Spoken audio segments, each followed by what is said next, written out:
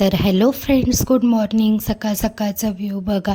हा व्ह्यू आमच्या गॅलरीतनं दिसतो आहे. किती छान दिसतं आहे नाही का. तर सकाळी उठले, फ्रेश वगैरे झाले आणि त्यानंतर घेतलं मी स्वयंपाक करायला. स्वयंपाकामध्ये आज मला बनवायची होती शेपूची भाजी. मस्त शेपूची भाजी बनवली, हिरवी मिरची, मुगाची डाळ, शेंगदाण्याचं कूट वगैरे टाकून.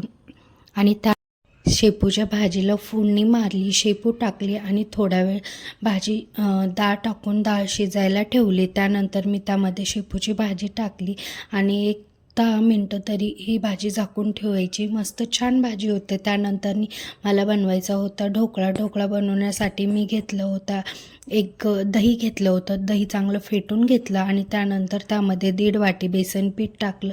खूप छान असा ढोकळा होतो. तुम्ही पण एकदा ट्राय करून बघा.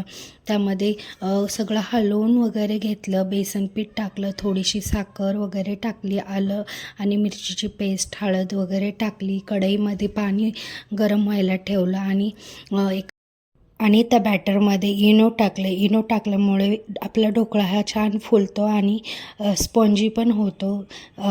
एका पातेल्याला तेल लावलं आणि त्यामध्ये ते बॅटर टाकलं आणि ढोकळा शिजवून घेतला. त्यानंतर तडका दिला, जिरं, मोहरी, मिरची टाकून वगैरे पाणी टाकलं. त्यामध्ये साखर आणि लिंबू टाकलं आणि हे पाणी छान त्या ढोकळ्यावर टाकून घेतलं. याने आपल्या ढोकळ्याची टेस्ट एक छान होते आणि त्यानंतर हा ढोकळा इतका छान झाला होता, टेस्टी झाला होता.